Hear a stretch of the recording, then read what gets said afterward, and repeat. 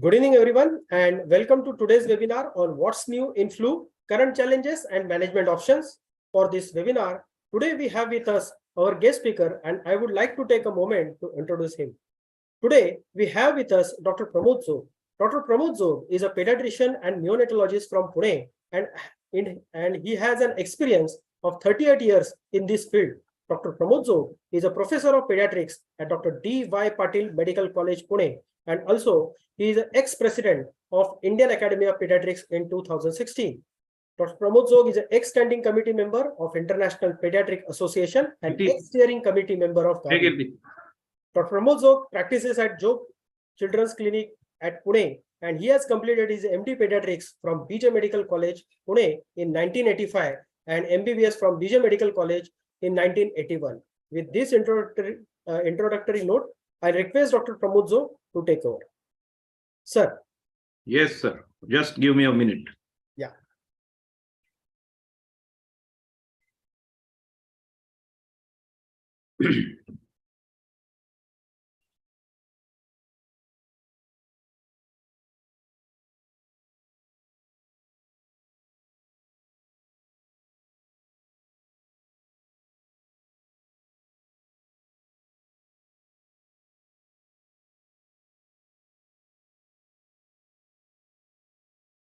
Right.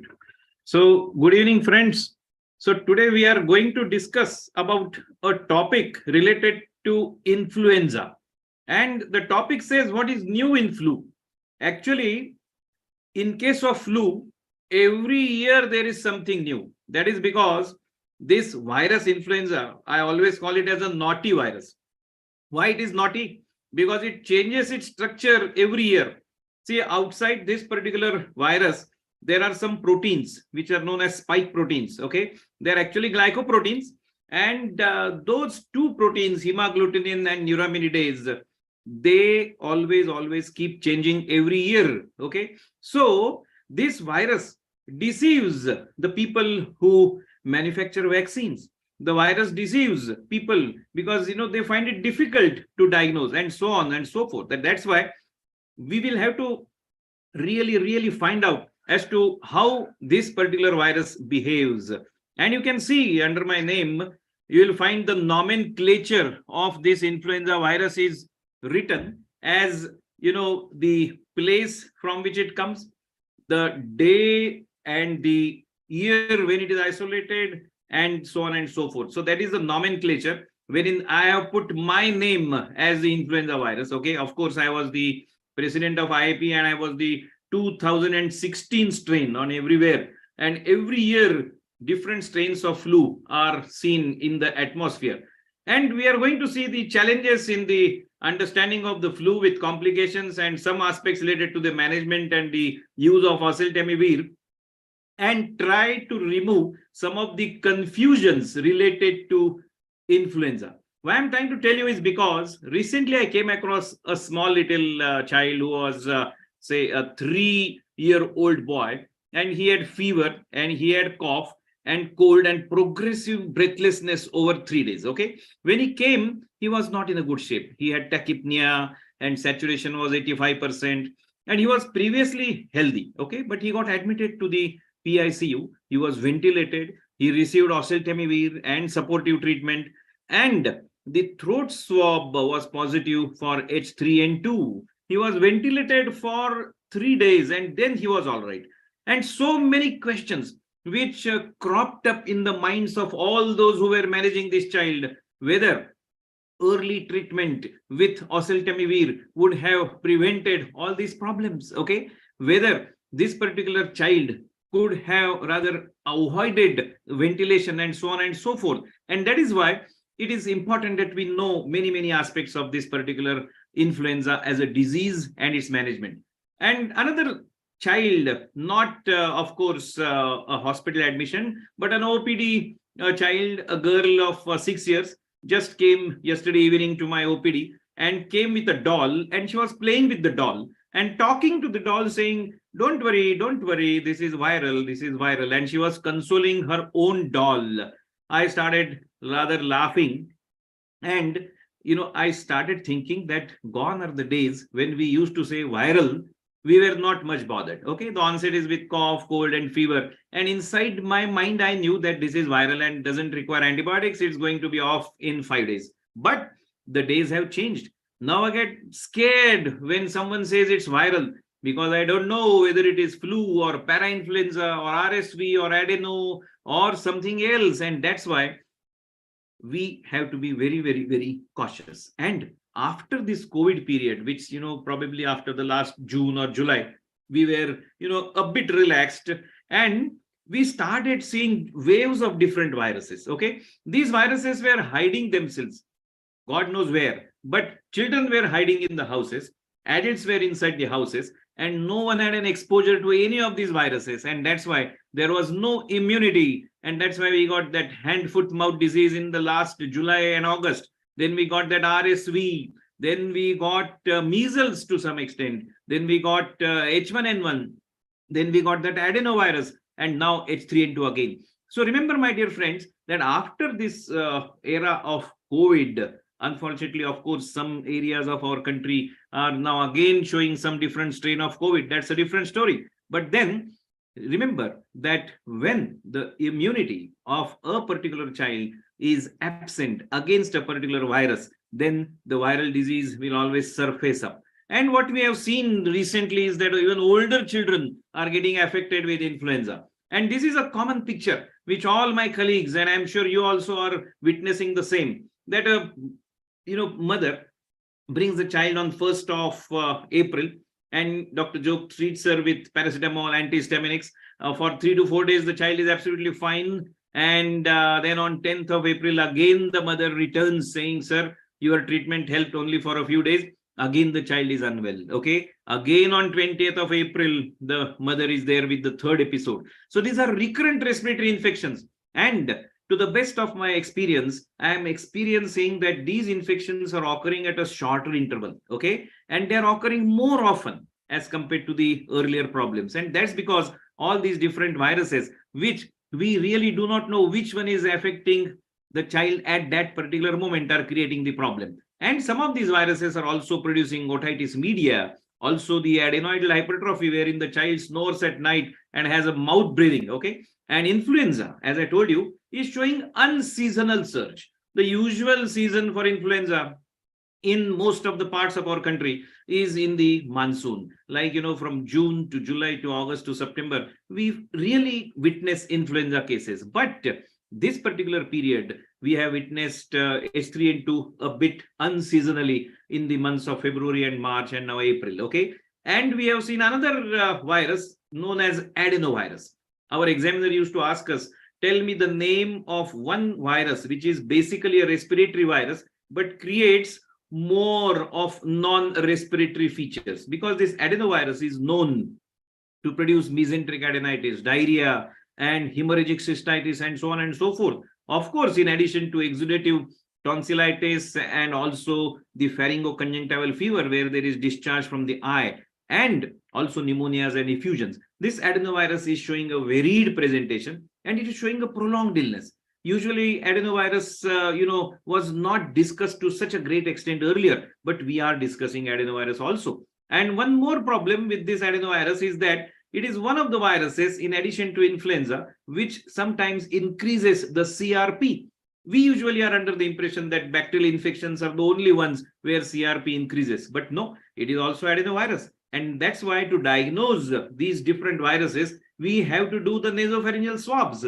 And in case if the child is admitted to the hospital or showing some involvement of the lower respiratory tract, then we have to be very, very careful. And to avoid unnecessary use of antibiotics, we have to diagnose this virus by a nasopharyngeal swab. And in case if the facilities are present, and if we diagnose the virus, then we are sure that we are dealing with a virus and not a bacterium, and antibiotics probably are not required. But in case if we do not have the facilities, then the pediatrician is in a dilemma whether he needs to use antibiotics, whether he needs to give anti-flu medication like Oseltamivir, whether in the long run this particular child should be put on metered dose inhalers and nasal steroids and so on and so forth. So the problems over last few months are plenty. And this is a child, Viru. Viru, because he has come to us with a viral infection and he has fever for 3 days with cold and cough. He has been on inhaler for the last 4 months. He was well controlled with all this, and symptomatic treatment has helped him. But as I told you, there's another child who comes back to me after 3 days, and only he was afebrile for a day, and the fever has come back again. But he has been active in between. Now the parents are asking me as to what do we do, because there is a lot of flu and adenovirus around. My dear friends, in case, as I told you, if a child comes with milder symptoms, just remember that if at all the child gets only cold and cough to begin with, it is almost always viral, and antibiotics are not required. And that is why antibiotics should be used sparingly. Now, some of my friends will always ask me as to how do you differentiate between virus and a bacterium, which is extremely simple. A viral infection usually involves different systems. For example, in the respiratory system, it will produce runny nose and cough. Maybe at the same time, it may produce low respiratory involvement. We know that influenza and COVID, both of them produce upper as well as the low respiratory involvement. Okay, some of them can also involve, the eye. But bacterial infections usually are localized. Okay, if at all a child gets follicular tonsillitis with a tender cervical node, it's a localized infection, bacterial.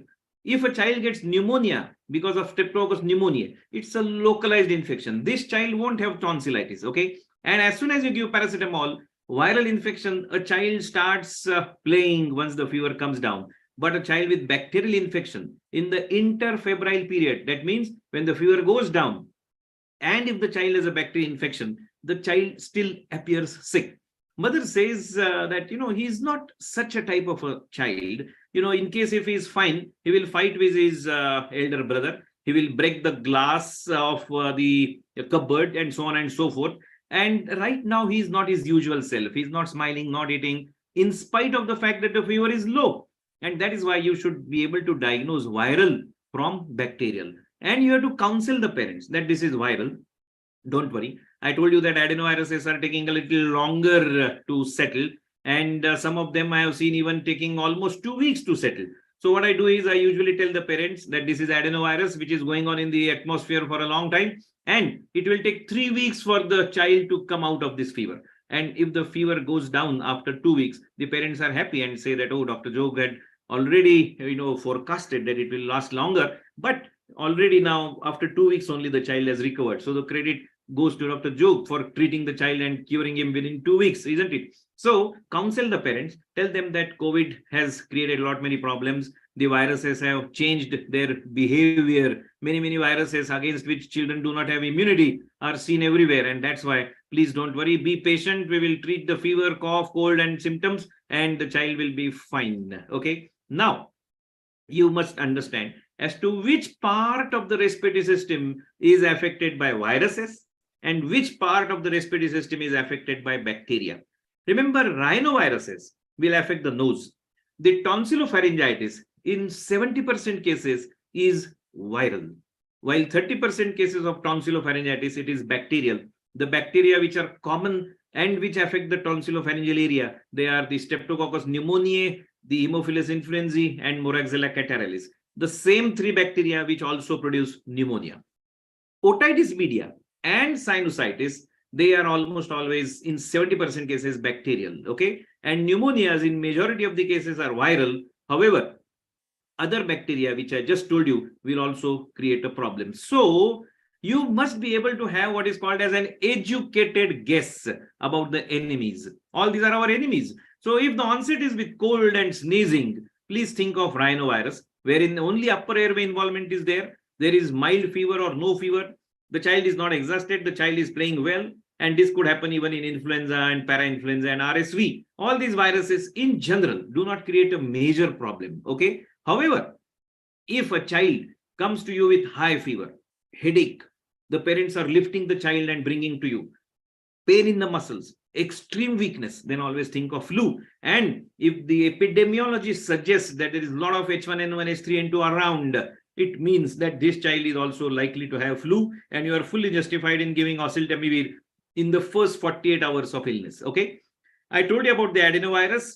And remember, if a child under the age of 1 year comes to you with bronchiolitis, it is respiratory syncytial virus. Okay. And if there is a fever and dry cough and loss of taste and smell, then it is COVID-19, which we have witnessed earlier.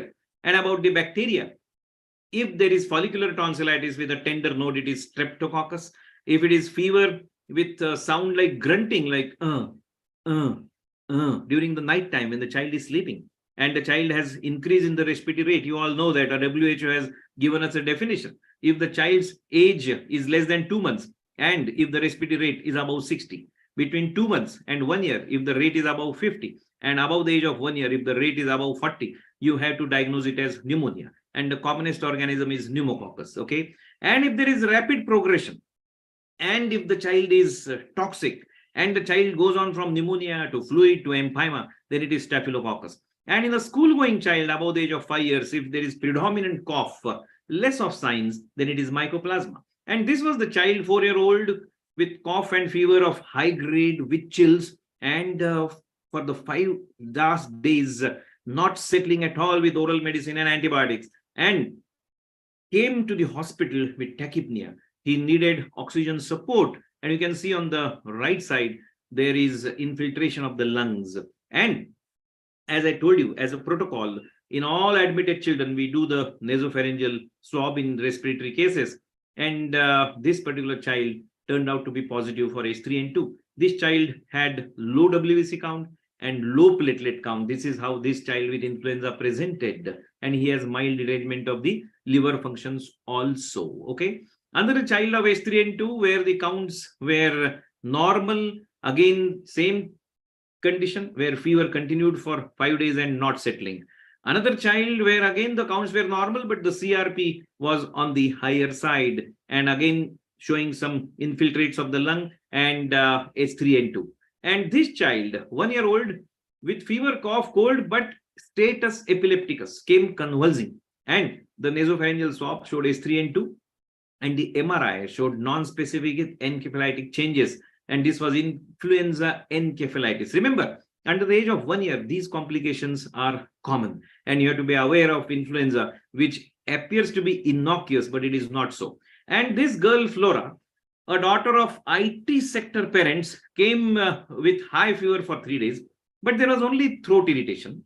And there was exam 2 days later. And the parents were pressurizing me to do something because the daughter had exam 2 days later. The throat was showing only mild congestion, and I continued to give only paracetamol. Okay. And being flu and adeno atmosphere around, the parents were continuously after me to do something more. But remember, my dear friends, if you see such children, there is really no need to do a throat swab, because in the initial few days, when there is no respiratory involvement, if the respiratory rate is normal, the presentation is mild, you have to treat these children symptomatically. Otherwise, how many children will you do the nasopharyngeal swab? And do not fall prey to the pressure of these IT sector parents. IT does stand for information technology sector, but it also means inquisitive and troublesome. Okay, they are always the ones who come in shorts. They also bring their laptop. When I say flu, then they ask me what is the full name. Then I have to tell influenza.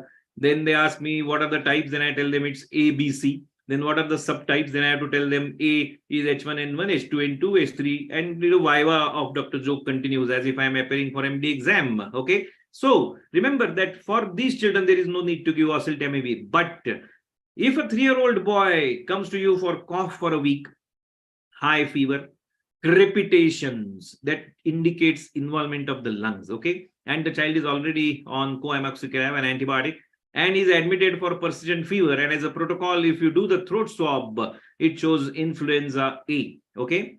Here, my dear friends, remember the CRP has been normal. As the child was admitted, we continued with intravenous amoxiclav. We gave Oseltamivir, and of course, the decision whether to stop the antibiotic or no is very difficult. Why? Because influenza is known to complicate as a secondary bacterial infection with pneumococcus and staphylococcus. Okay, so it becomes very difficult because 25% of cases of pneumonia have co-infections. That means 2 infections going together, and that's why it's an individual decision, and you have to weigh the situation and decide whether you need to discontinue antibiotics. But Oseltamivir has to be given as fast as possible, because you know that earlier you treat with oseltamivir, faster is the recovery, and the recovery is faster by 1 or 2 days. And remember, even if the child is brought to you little late, maybe on day 5 or day 6 of fever and cough, you are fully justified in giving oseltamivir, because viral excretion in children continues for a longer time, even up to 14 days. In adults, the excretion stops after 7 or 8 days, but in children, it continues. And it has been observed that the mortality out of influenza reduces even if you start oseltamivir little later in the course of illness. Now, the same child, the younger sib of this particular child, comes to you in the morning and comes with high-grade fever. And now the parents want to know what to do. There is obviously only single answer, and that is oseltamivir. Because remember, influenza is a rapidly spreading virus. The RO stands for the transmissibility and the speed at which it spreads from one to other child. So influenza, COVID, measles, these are fastly spreading. That means one child will infect 2, 3, 4, 5, 6, 7, 8, different other children, depending on individual RO number. Okay. And that's why remember that influenza has to be suspected in any family member or the child who is there inside the house, provided there is another child who has been proved to have influenza. Okay. So let us know what is the know your customer status of influenza. Remember, it's an RNA virus. Okay. And RNA viruses, all RNA viruses are naughty, because these viruses are known to produce mutations. They mutate, they change. And COVID, the classical example of RNA virus, which showed so many variations, and even today it is behaving naughtily, producing different strains in different parts of the world. So remember that it's an RNA virus, and it's a virus which has created problems all over the world. And after 1900, there have been 4 major global pandemics. The first one, which took place in 1918 and 19, known as Spanish flu, it affected almost 500 million people in the world, 1/3 of the world's population. 50 million people died in that pandemic, and that was H1N1. Okay. Second pandemic, 1957, it was H2N2. The third pandemic, it was 1968, that was H3N2. And then 2009, that was our novel influenza H1N1 pandemic. So these major pandemics have been attributed to influenza, and we cannot take this virus lightly. And over last so many months, we have been reading the stories of H3N2 virus being linked to high fever and cough and fog and rising pollution, and the number of COVID admissions as they rise. People also start screening for flu, because there is something called as a twindemic, COVID as well as flu together. Okay. And that is something which we need to be aware of. Okay. And remember, flu is now not seasonal, but it has become a perennial condition all over the year. Though we know that in majority of the parts of our country, it's a disease which occurs in the monsoon, and we have to immunize children before monsoon. Remember, it continues all throughout the year. And whenever you get a child or an adult with complaints of upper respiratory infection like cough and runny nose, along with headache and body ache and extreme weakness, you have to always suspect influenza. And in the epidemiologically relevant situations, start with oseltamivir. We have seen so many reports from ICMR in the first quarter of this year where influenza A H3N2 was detected. Remember, H3N2 is more severe as compared to H1N1. The hospitalizations with H3N2 are much more, and that's why more the reason that we need to give oseltamivir to these people and children. And there are so many healthcare related challenges, particularly, that you have to be careful that you do not infect others by using the mask, and you dispose of the handkerchief or the tissue papers properly, and you have to be aware of the respiratory rate and development of serious signs. Okay. And so many studies have shown that influenza positivity starts with the onset of monsoon and peaks during the post-monsoon months. Okay. And the incidence of influenza and the related deaths has been increasing alarmingly. India And I will tell you some important points about influenza, that it is one of the most common infectious diseases and then highly contagious. Within 2 to 3 days, it infects the people around and causes mild to severe illness. And the serious outcomes of the flu infection can result in either hospitalization or death. All of us know that influenza is of 3 different types. One is influenza A, which produces frequent epidemics. Remember that this virus, influenza A type, basically produces shifts and the drifts. Shift is a major change. That means entire virus changes its structure. It's like, the couple who was living very well gets suddenly divorced, okay? And then there is a new person who comes in the life of that person. So this is a major change, a shift, okay? And influenza A drift is nothing but a minor change. This occurs every year. So the glycoproteins which are there on the outer side of the virus, which I told you, they are the hemagglutinin and the neuraminidase.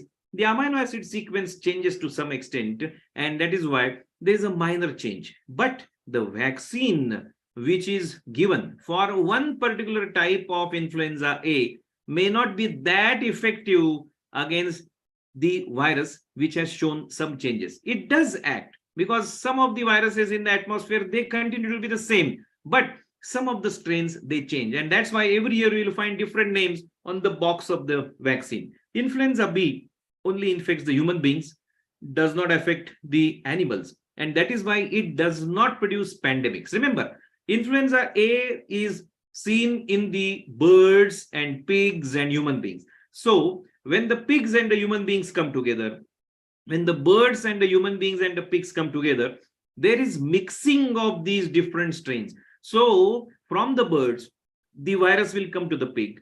From the human beings, the virus will come to the pigs, and the pig will act as a mixing vessel, just as all of us enjoy the bhel, which contains sev and gathia and churmura and dal and everything together. So the pig will act as a mixer, and he will take the antigen from the bird, antigen from the human beings, and produce that shift. Okay, so influenza A produces all these problems because there is mixing of the human and the non-human viruses. Influenza B only affects humans, and that's why it does not produce pandemics. Okay, and influenza C is a mild guy and doesn't produce much of a problem. Okay, right now the types which are circulating are H1N1 and H3N2 of this influenza A. And as I told you, the transmission is by droplets. And these droplets can land up in the mouths or the nose of the people who are nearby. And that's why it's better that you stay away from people who are coughing or sneezing while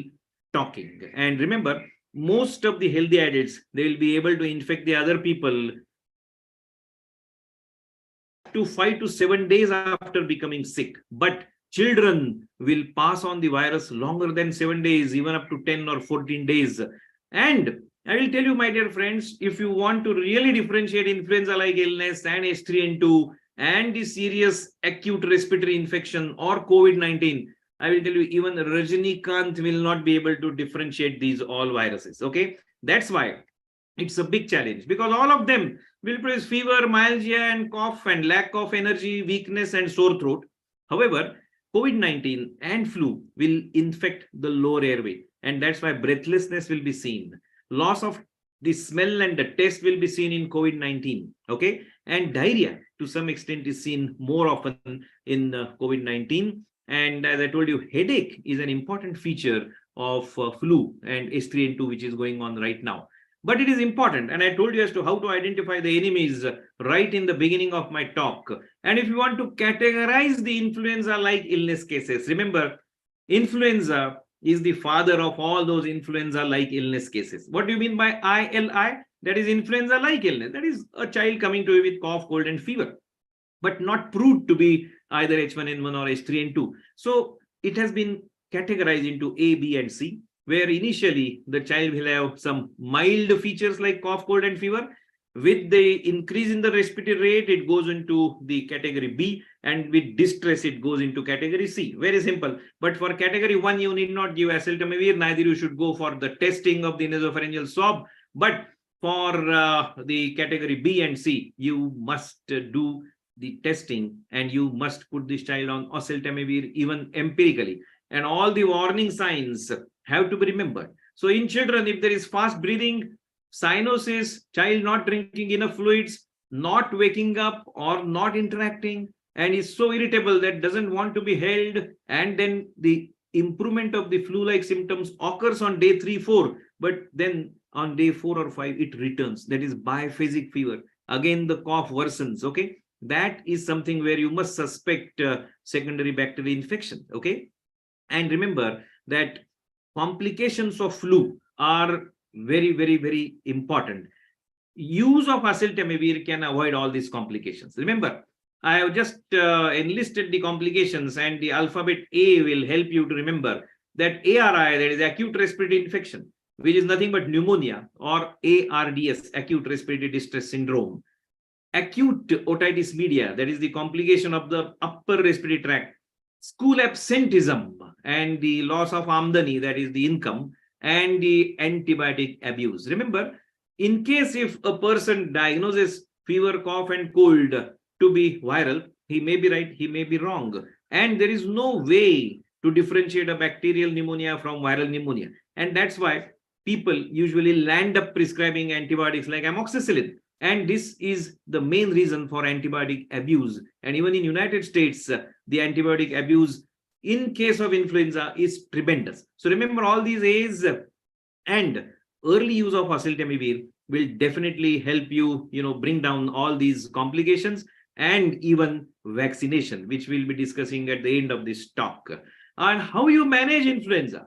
Remember that treatment of influenza of mild variety is largely supportive, and it's only bed rest and taking increased fluids and suppressing the cough and antibiotics like paracetamol, but never ever aspirin, because one of the complications of influenza, if treated with aspirin, is a condition which is known as Rye syndrome, where there is hepatic involvement and the child worsens very fast. So use paracetamol, and most of the patients, remember, they will recover in 3 days. However, weakness persists for quite some time, and the severe cases, of course, will require hospitalization and IV fluids and other supportive measures. One of the important medications used in the management of influenza is Oseltamivir. This is a neuraminidase inhibitor. I have already told you that there are 2 glycoproteins on the outer side of the virus. One of them is hemagglutinin, and other one is neuraminidase. This neuraminidase of that particular virus is inhibited by this Oseltamivir. And once this enzyme is blocked, this enzyme, remember, is very critical in releasing the virions. These are the virus particles from the infected host cells. Remember, all the viruses are total parasites.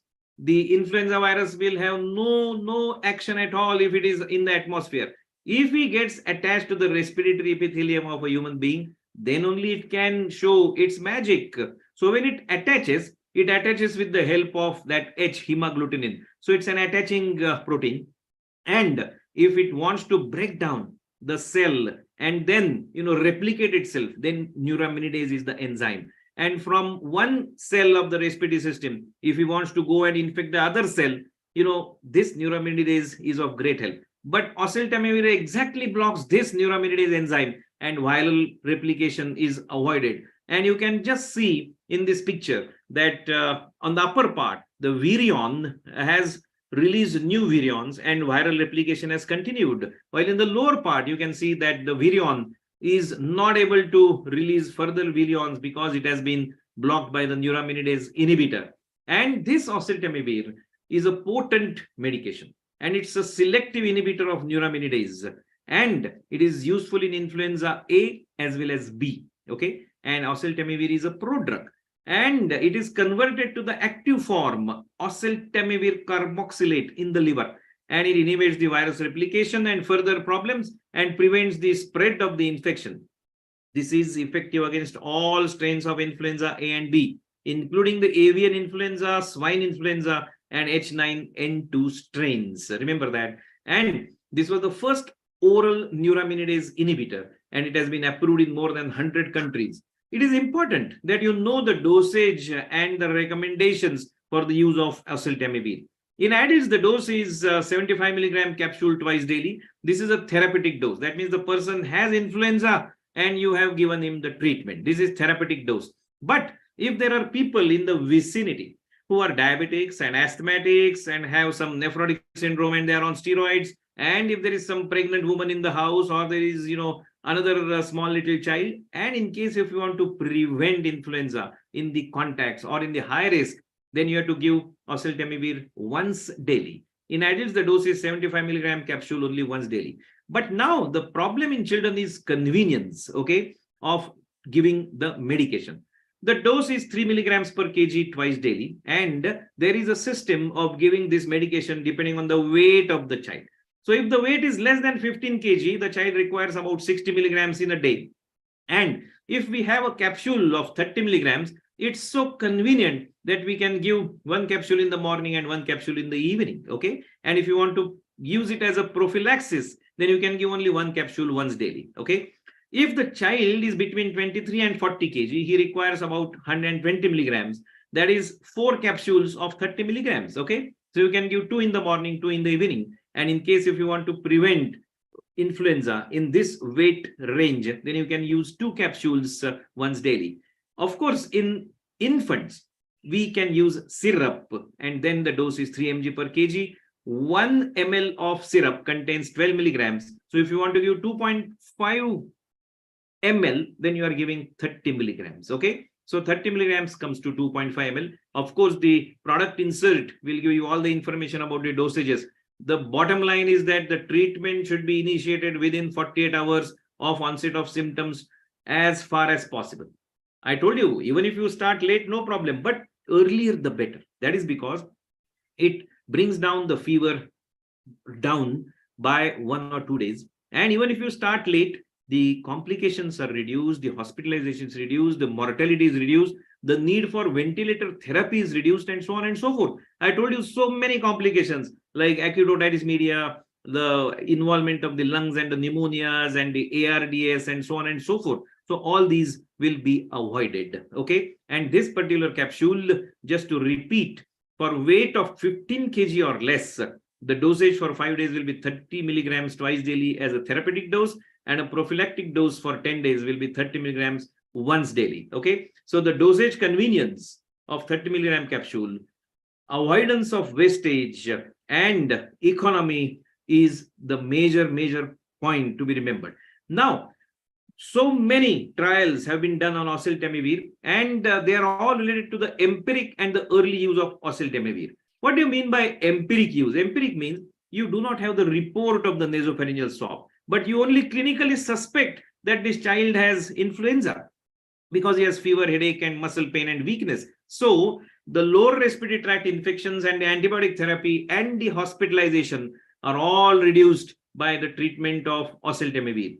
The occurrence and the severity of pneumonia, they go down, okay? And earlier initiation of therapy after the symptom onset reduces the occurrence and the severity of pneumonia, and hospitalization is shortened, okay? All these observations were during the pandemic of 2009, and patients with a shorter time to oseltamivir administration were discharged earlier. That means earlier you start oseltamivir, the patient goes home faster, okay? And even WHO recommends empiric therapy. WHO says that you need not wait for the laboratory confirmation. Start the treatment as fast as possible.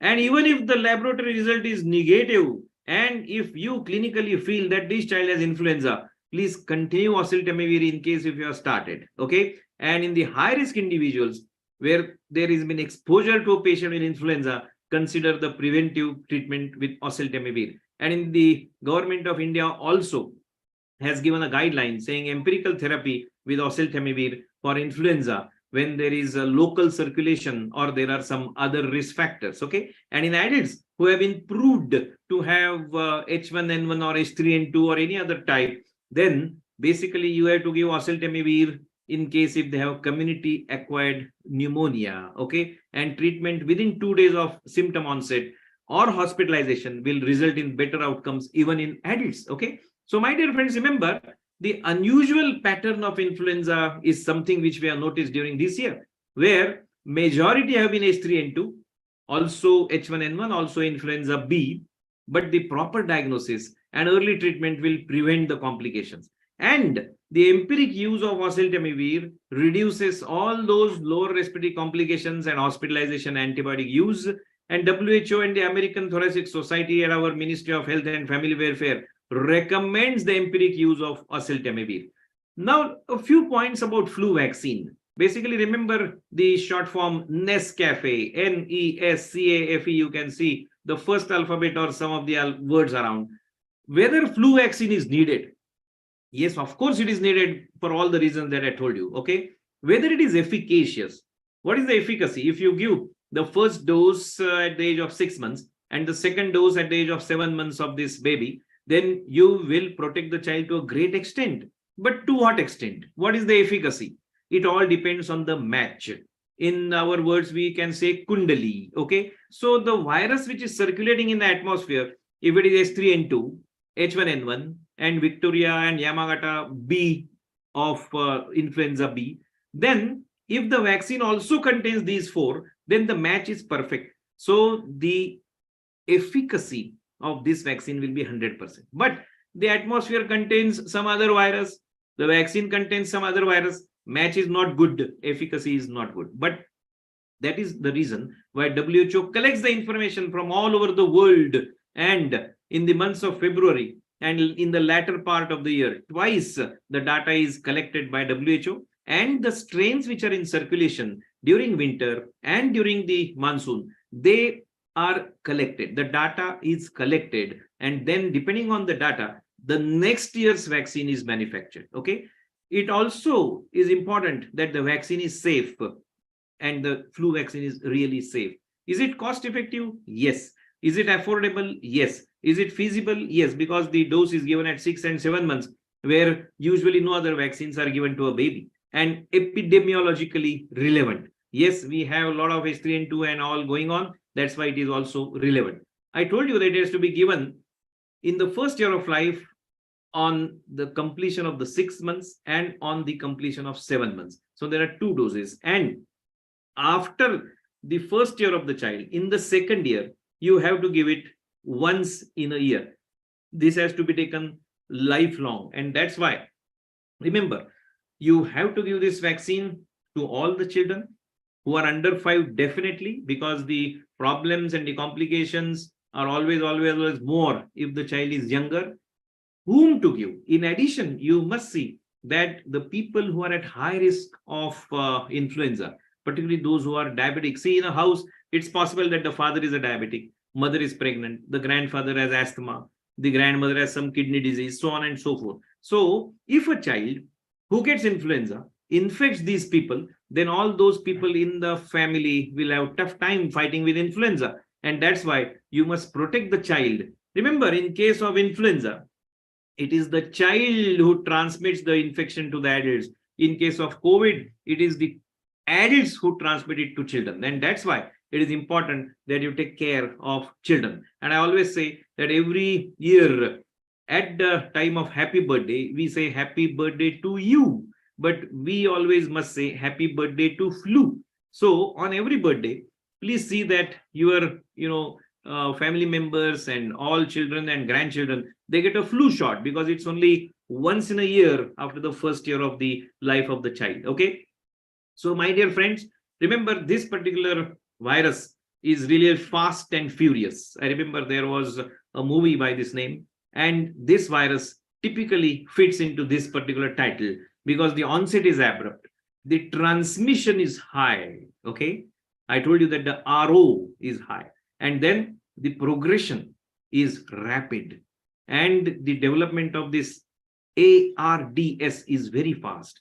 And I always say that the vertical discharge, that is the term which I use for death, and that is also fast. And Oseltamivir is the one which is the quickest one to prevent all this. Okay, so give it earlier so that the transmission, the progression, and the ARDS and the mortality all will be avoided and prevented. And in addition, of course, to prevent influenza, you must remember our SMS the sanitizer, mask, and the social distancing, which we have now recited over the last 3 years. Cough etiquettes. Remember, you cough, but into the elbows. This is called Dracula cough. You have to cough into the elbow and not into the palms, because palms in contact with others can spread influenza. Okay. And the Hasta Pancha Sutri, 5 sutras related to the hand washing, avoiding hand shaking, using a handkerchief, keeping others at a hand's distance, and avoiding hand touching. Particularly, do not touch your own hands to your nose, to your eye and mouth, and so on and so forth, because your hands are full of those viruses and they may themselves transmit it to your own body. Okay. So remember some of these important points, and it's with the namaste, the best way to greet others and also to bid farewell to others. So with this namaste, I also, would conclude my talk. And in case if you have any queries, please feel free to ask the questions. There are some questions about vaccination, which I have already elucidated. And one of our delegates wants to know what are the similarities in COVID-19 and H3N2 virus. As I told you, even Rajnikant cannot tell you the differences or similarities. Everything appears similar. But in COVID-19, remember, there is more of involvement of the lower respiratory tract. So the child will have nasal blockage, but then the progression to the lower respiratory tract and the cough will be very fast. Okay. H3N2, no doubt, as compared to H1N1, is more serious, but it will start with cold, cough, and then over the next 2 or 3 days, it will progress to the other parts of respiratory system. And in case if the viral load is too much, then only it will attack the lower respiratory tract, or if the immunity is low, it will involve the lower respiratory tract. The point is, though it is not possible to differentiate the two, the headache and the myalgia and the weakness are tremendous right from day one. And fever with chills is an important feature of influenza and H3N2. Remember that. COVID usually will produce fever, but the respiratory symptoms, involvement of the lower tract, and saturation going down rapidly, all these favor more, the COVID-19 infection. Though it is extremely difficult, remember that you have to be observant about the respiratory rate and saturation. COVID has given us a gift in the form of pulse oximeter. Please keep it with you. As doctors, we do keep, but please also request your parents to keep when a child or a family member is sick, so that not the diagnosis, but clinical worsening has to be detected earlier, isn't it? So you need not worry whether it is COVID or influenza, H1N1, H3N2. In case if you find that there is worsening, the first thing is Oseltamivir, okay? And then nasopharyngeal swab, so that you are sure as to what is this virus. There is a test which is known as expert flu, where you can detect RSV and flu and COVID. There are 3 viruses which are detected by this test, not very costly, and you can always resort to the diagnosis. But there is something called as a diagnostic stewardship. What do I mean by that? Diagnostic stewardship means if you detect a virus, then you should discontinue antibiotics. Okay. In case if you detect that there is adenovirus, then you are sure at the back of mind that I am not dealing with bacterial pneumonia and need not give antibiotics. So this leads to therapeutic stewardship or antibiotic stewardship. So if you have good diagnostic stewardship, that means if you are after diagnosing the virus, after diagnosing the organism, then it will be nothing but the first step before you go for antibiotic stewardship. Okay. And now one of our friends wants to know that the current strain of COVID, how much fatality is for pediatric population. My dear friends, please don't worry. It's not at all fatal. As of now, whatever patients we have seen, 4 patients seen with pediatric COVID, fever, cough with discharge from the eye, and as the child gets up in the morning, gets sticky eyes, but within 2 or 3 days, the child settles. The disease is not fatal.